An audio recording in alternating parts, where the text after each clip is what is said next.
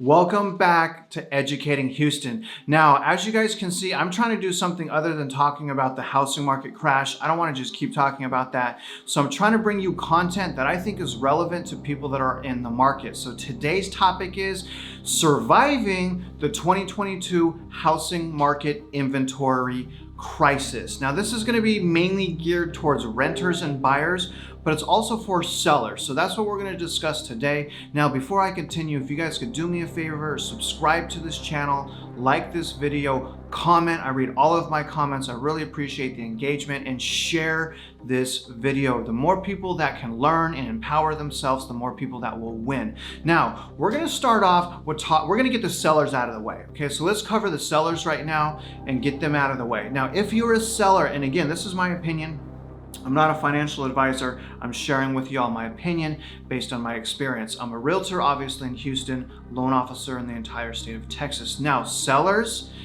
we're gonna get you out of the way. There has never been a better time to sell. So if you guys are in a position to sell, or you're considering to sell, sell. Sell your house right now. Get it on the market right now. Have a realtor come out to you, reach out even to me or my people, and you guys got to start out with a market analysis. See how much your house is worth, how much you think you can get for your house. Let a professional make that for you, okay? What professionals do is they pull comparables, they give you something called a CMA, a comparable market analysis, and then you go with that and subtract all of the fees and costs to do that. But if you're a seller, you better get your house on the market and you better sell, because in my opinion, the more time that goes on during this year, there will be more inventory available. Now, I'm not for certain prices will go down, but I already know that the housing market's cooling off.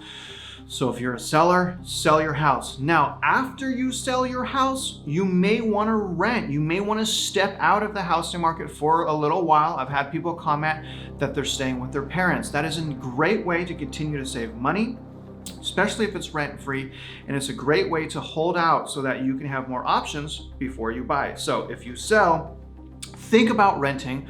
Also, don't necessarily, depending on if it's a 1031 exchange tax situation, don't necessarily use all of your profit to go buy another house. You may want to just put 20% down, or the minimum down payment on the loan, and save your cash for the crash, right? So save your cash to invest when the market turns. Maybe invest in an Airbnb, maybe invest in a rental when things have balanced out. So my advice is, and I've had some people comment, don't just go spending all your money on the next house, because if there is a market crash, if you do go upside down because you're buying in the peak, if you go upside down in equity, you're gonna wanna have a cash reserve. And that way it's just not completely wiped out, right? So save some of your money to invest in the future if you are selling. Now that the sellers are out of the way, let's get to the meat and potatoes, renters. If you are renting right now, you're probably doing the right thing. But let's talk about how to position yourself to become a solid buyer and to get solid financing, okay? Because one thing that we don't want is, when you go to buy a house and you have some challenges, whether it's your credit or whatever it is, you get penalized from the lenders. You get a higher interest rate. Sometimes you get a worse loan and you get worse terms. So as you're renting right now, I'm going to focus on two things: money saving and credit building. So let's go on the first thing, money saving. Now, if you're renting right now, I want you to start by tracking and monitoring your budget. And it has never been easier to track your budget. If you're not tracking your budget, let's be honest, you're being lazy, and you don't want to be lazy when you're going to purchase the biggest transaction of your life, a home. So the number one thing is track your budget. What I'm personally using is something called Mint, M-I-N-T, mint.com. It's on my cell phone, it's on my desktop. Now, how that works is I attach all of my bank accounts and credit cards, okay? So I am able to see every single penny that I spend or my wife spends, and we're able to categorize that, okay? The reason why tracking your budget and your finances is so important is you need to know how to rebudget. And a few of the things that I'm going to suggest as my opinion as far as redoing your budget is, start with your subscriptions. I re-budgeted in January of this year when I was dying from COVID in my bed because I had nothing else to do because I was sick from double pneumonia. So by the way, it's great to be back. I've been back 2 weeks now. My channel is blowing up. Thank you guys for the love. Thank you for tuning in. I hope you're out there winning, and I hope you're a little bit calm. You know, don't get too emotional. Don't get desperate. Fear of missing out. Leave that at the door, okay? The housing market goes in cycles. It has for the entire time. But anyways, going back to mint.com. Now, when I was sick, I was able to save $200 a month by canceling certain subscriptions. A lot of people don't realize how many subscriptions they're paying unless they go over their bank account and go over their transactions. So again, I was able to cancel $200 per month by canceling. Shame on me. I know that. Shame on me. I feel like I'm wasting my money. Why so many subscriptions? I do a lot of business stuff. So I had various things like audio, music. I love cinematography. I have another YouTube channel called Spartan Tackle Fishing. It's actually land-based shark fishing. Go check that out. You'll see my true talent and my cinematography. But anyways, I'm not trying to pat myself on the back necessarily. I could use it today. I'm feeling down. But my point is cancel your subscriptions. Watch and monitor your budget, okay? Now, the second thing that I want to talk to you guys about saving money is stop going out to eat. You spend so much money. And Amazon, don't shop on Amazon no more. Stop being addicted to that's a little sidebar. Stop being addicted to packages showing up at your doorstep for the love of all that's holy. Stop shopping on Amazon. But again, going back to it, don't go out to eat. Don't you go out to eat, okay? People are spending $2,000 or more, or, you know, I don't know, they're spending thousands of dollars by going out to eat. And if you do go out to eat, don't get alcohol, okay? Unless it's a special occasion, an anniversary or whatever. Watch your budget, y'all. The biggest way to have money sucked out of your wallet, sucked out of your investing life, is by overspending on alcohol and food by going out and having fun. Would you rather have some temporary fun, or would you rather retire in a house that's paid off? Think about the long term, you guys. When you retire, a house is a great investment. You can cash in on it. So please, stop going out to eat. I see this happen all the time.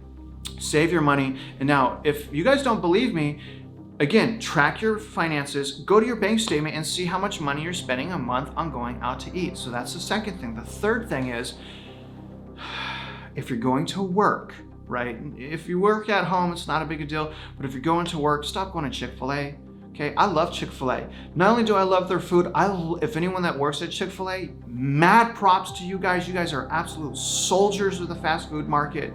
You guys work your butts off. I have never seen people work so hard. Rain, hail, snow, ice, sleet on the roads, Thanksgiving, Hanukkah, Christmas.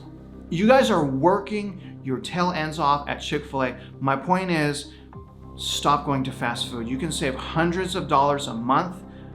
Make a pastrami sandwich. If you're a vegetarian, just bring some bread, put some butter on that, whatever it is you got to do. My point is, bring your lunch to work and get some type of sandwich making situation going on, because that will literally save you hundreds of dollars. How do I know that?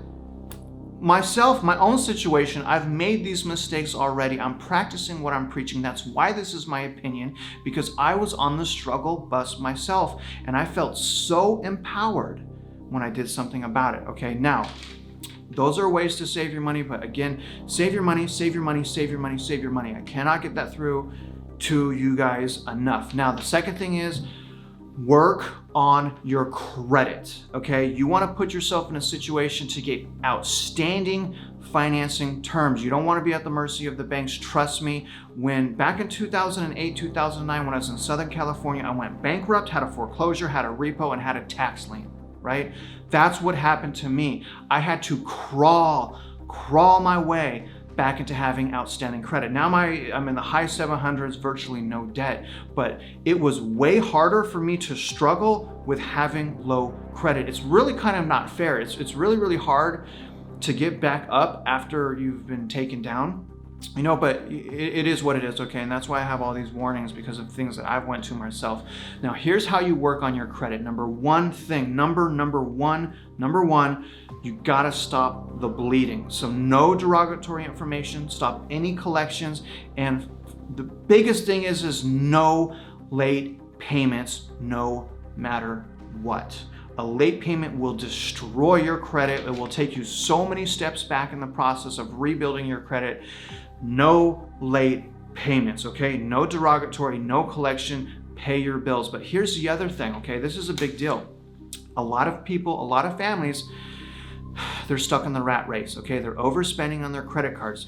Credit cards are the, in my opinion, and reality, and a lot of people's reality, credit cards are the most important thing on your credit report, because credit cards or lines of credit have something called, and I've said this in other videos, utilization ratio. Car loans don't have it, school loans don't have it, mortgages don't have it. For some reason, only credit cards have something called a utilization ratio. That is why your credit card spending habits are so important. Okay, and what that means is what your credit line is compared to how much you've charged. For example, if I have a credit line of $1,000 and I've charged $500, that's 50% utilization ratio. Okay, now I'm going to give you some key things about utilization ratio. Generally, you're going to want 3 to 5 credit cards, and at any time, any given time, the maximum utilization ratio you want to go to is 30%. Which means do not charge over 30% of your credit line. For example, if your credit line is $1,000, don't charge over $300 on your credit card. You guys, this is the fastest way to get exceptional credit. Personally, I don't think it's fair. I don't think that's fair. I think your car payment, your car loans being paid off, your mortgage being paid off, I think those are really important things, but it's trash. It barely helps your credit at all. It's your credit card spending. Maybe they're geniuses because everyone overspends on their credit cards. But you guys don't go over 30% utilization ratio. And another tip is you're gonna wanna, if you do go over, so you have to max it out because there's an emergency or you go on a honeymoon, it's okay, but pay it down prior to the billing cycle being due, because whatever's on your bill is what's reported to the credit bureaus. So if you're one of those people that thinks, oh, I have great credit because I pay my credit cards in full after the bill, no, the credit bureaus are never updated on that. They're only updated, the bureaus are only updated once a month, and it's whatever is on your billing statement.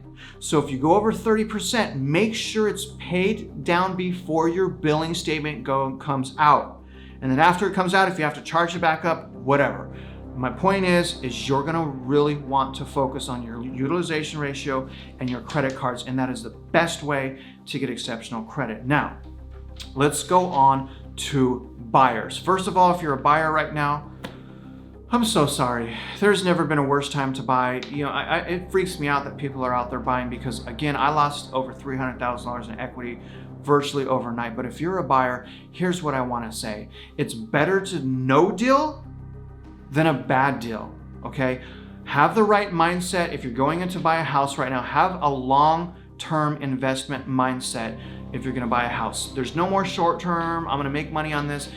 Plan on equity going down. If you have the philosophy and you're buying right now, plan on the house going down. And if you're comfortable with that, then fine.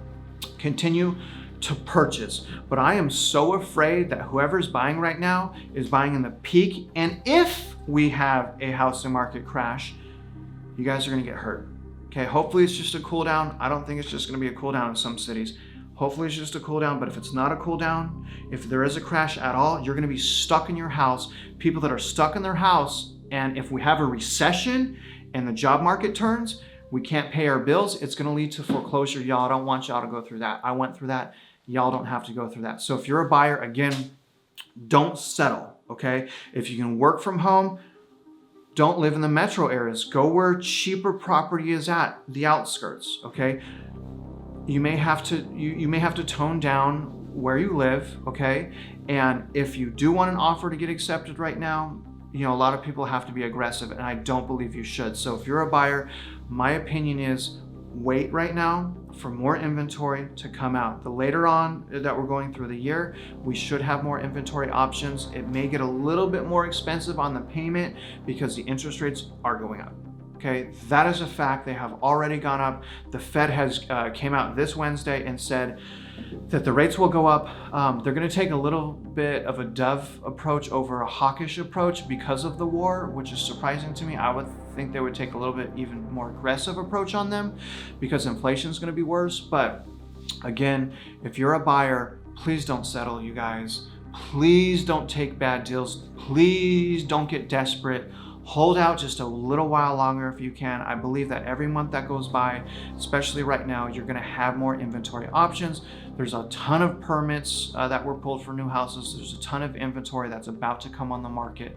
So please, you guys, just sit tight with the home buying, okay? I believe the home buyers are in such a dangerous situation right now. So if you can avoid buying right now, all the better for you. Okay, now I hope you guys like this video. I didn't want to do just a doom and gloom crash video. I wanted to give you my complete insight as someone that has been around the block and beat up so many times. Now, once again, comment on this video. I'll read all my comments. I'll try to respond to you. My email is in the description. I have a team standing by if you need any help with housing, financing. I have a complete team, so reach out to me if you need any more personal information. And as always, guys, good luck out there, and I hope you win. Sit tight until the next video.